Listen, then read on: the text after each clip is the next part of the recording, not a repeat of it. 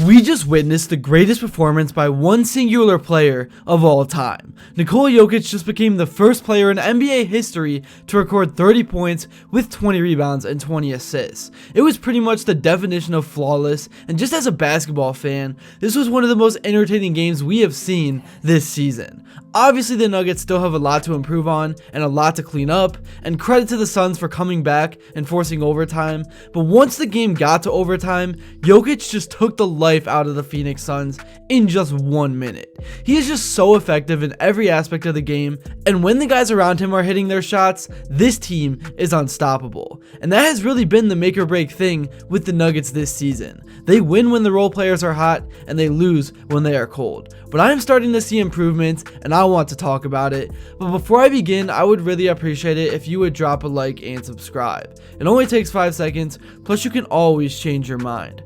We are on the road to 50,000 subscribers, and with your support, I believe that we can get there super fast. Alright, so Jokic of course recorded the first ever 30-20-20 game in NBA history, and even though after this game, he acted all nonchalant and chill about it in his post-game interview, like he always does, his hard work and dedication, especially in the film room, is paying off. I know he acts like he doesn't like basketball and doesn't care, but when you look at what he really does, you can tell he watches so much film and is a student of the game. You don't get this good, and you don't know where everyone is at all times with eyes in the back of your head without spending hours and hours in the film room. And honestly, at the NBA level, everyone is so talented. I think the ones that get ahead are the ones that study the game and study film the most. Like I said, I know the Nuggets have not been executing at the highest level this whole season, but games like this are where you can see that they can be a championship contender. They have it in them. They just need to be more consistent. You literally cannot guard Nikola Jokic because him and Jamal Murray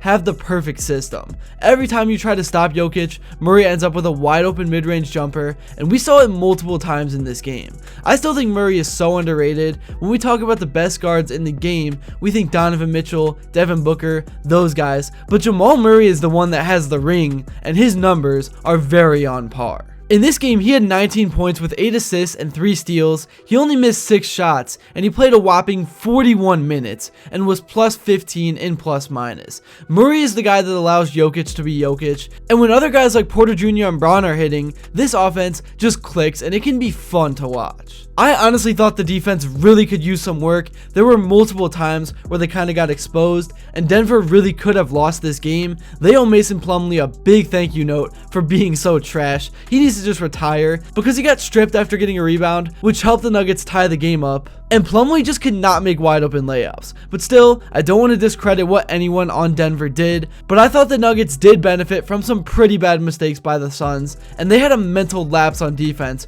with 1 second left, allowing KD to take a wide open 3 with half a second left in the corner. It's like they forgot that 1.4 seconds is enough time to make a quick pass. But I think they understood. I think they got yelled at by Mike Malone, and they were pissed off by the mistake because they came out with a fire under them in overtime, going on a 7-0 run after the tip. And Jokic just showed off after that. I didn't think he was going to get to 20 assists, but he had like 3 in a span of 45 seconds. Looking at some of the stats from this game, we of course all know what Joker did, but Christian Braun was huge, scoring 25 points while also getting 5 rebounds and 5 assists, and he also had a block as well. And then Aaron Gordon, who is kind of like the glue guy that makes all the gears turn, he had a big 27 points and was 9 of 15 from the field. MPJ had 16, 2, and 3. He also shot over 50%, and I thought there was a few calls that prevented him from having better numbers. And then in terms of the bench, Russell Westbrook was solid. He logged 25 minutes, which is kind of a lot for what he does at this point in his career, and he had 14 points with 3 rebounds and 4 assists, and his number 1 fan from South Korea was in attendance again.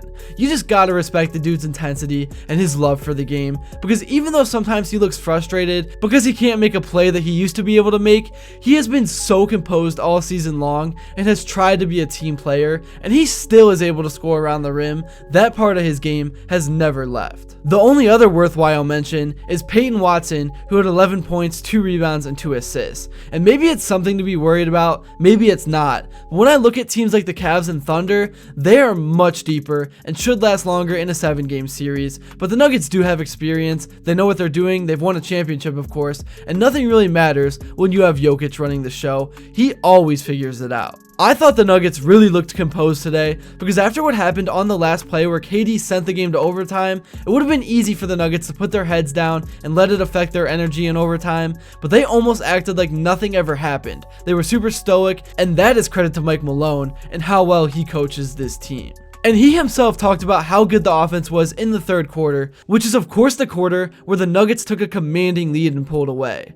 They executed, they read the defense, they made the right play over and over again, they scored 24 points in 5 minutes, and the Nuggets as a whole had over 60 points in the game, and for them, that is a good sign, because that is where they should be attacking. I'm not saying they should stay away from threes, but when you initially attack inside, it ends up in the long run creating better long range shots, so more twos lead to more threes anyways. And then the other stat in this game that stood out was the 45 assists. Obviously Jokic accounted for like half of those, but over the last month, this team has been becoming more and more unselfish, and they move the ball the right way with the goal of creating an open shot. Because I feel like there are teams that pass the ball around a lot, but they do it without a purpose and without an intent, and don't create open shots, which is ultimately the goal. The Nuggets and Joker pass with the intent of getting someone an open shot. Denver also was really great with taking care of the ball. They only had 9 turnovers in the game, and if the Nuggets are going to be turning the ball over less than 10 times a game in the playoffs,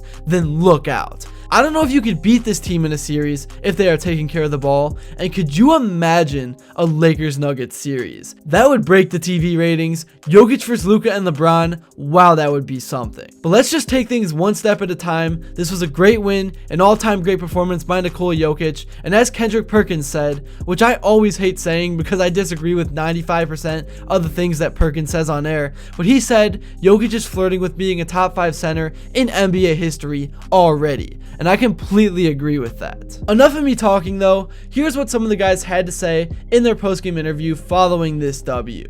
I had no idea that he had 30, 20, 20, and I had no idea that he was the first to do it. I think I heard Nikola saying to Russ, you didn't get 30, 20, 20 before? You know, because they have so many shared historical accomplishments. But throughout the game, obviously, you see how Nikola's impacting the game with the rebounding, the scoring, the playmaking. And it's hard to give a DP or G out when you give up 141 points, so I didn't give a chain out tonight. But if I did give one, it would be to Nikola. That team, you know, it got to a point where they run so many pick and rolls, and Nikola's levels, to me, were so effective. Their guards, their forwards started saying, don't come play pick and roll. I'd rather play one-on-one than have to deal with 2 defenders all over me. And that's a credit to Nikola. That's really all I have to say for this video. Thank you all so much if you made it to this point. Let me know what you thought about this win in the comments below. What you thought about Nikola Jokic's performance. Make sure to drop a like and subscribe. And let me know what you'd like to see next. And until then, I will see you all later.